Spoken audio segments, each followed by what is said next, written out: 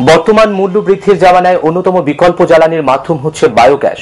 রাজ্যের গ্রাম পাহাড়ে biogas plant তৈরির জন্য বেকারদের প্রশিক্ষণ দিচ্ছেন রাজ্য পুনর্নবীকরণযোগ্য শক্তি উন্নয়ন সংস্থা।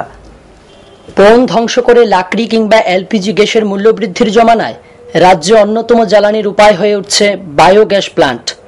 গ্রামেগঞ্জে বিকল্প জ্বালানির সন্ধান দিতে সদা সচেষ্টভাবে কর্মপ্রয়াস চালাচ্ছে রাজ্য পুনর্নবীকরণযোগ্য শক্তি উন্নয়ন সংস্থা। ভারত সরকারের আর্থিক সহায়তায় রাজ্য পুনর্নবীকরণযোগ্য শক্তি উন্নয়ন সংস্থা বিভিন্ন দিকে বায়োগ্যাস প্ল্যান্ট নির্মাণের উপর প্রশিক্ষণ দিচ্ছে গ্রামের যুবকদের। এমনই একটি প্রশিক্ষণ পর্ব শেষ হলো শুক্রবার শ্যামলীবাজার এলাকাতে।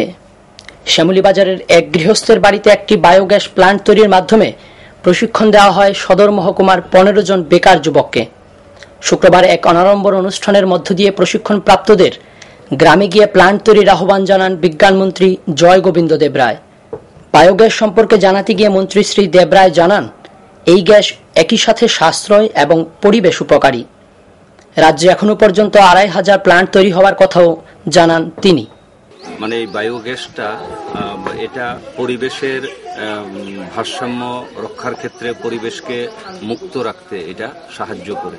যেভাবে গ্লোবাল ওয়ার্মিং হচ্ছে, বায়োগ্যাস প্ল্যান্ট আরও যত বেশি করে আমরা করতে পারি তত বেশি আর্থিক এবং পরিবেশগত দিক দিয়ে আমাদের সুবিধা হবে। ট্রেডার বা প্রতিষ্ঠার পর থেকে আজ অবধি প্রায় 2500-এর মতো বায়োগ্যাস প্ল্যান্ট।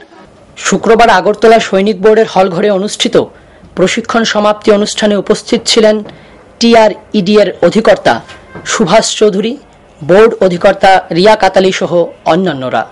ক্যামেরায় বিশ্বজিৎ চক্রবর্তীর সাথে মোহাম্মদ সুলতানের প্রতিবেদন, ওয়ারিস টিভি, আগরতলা।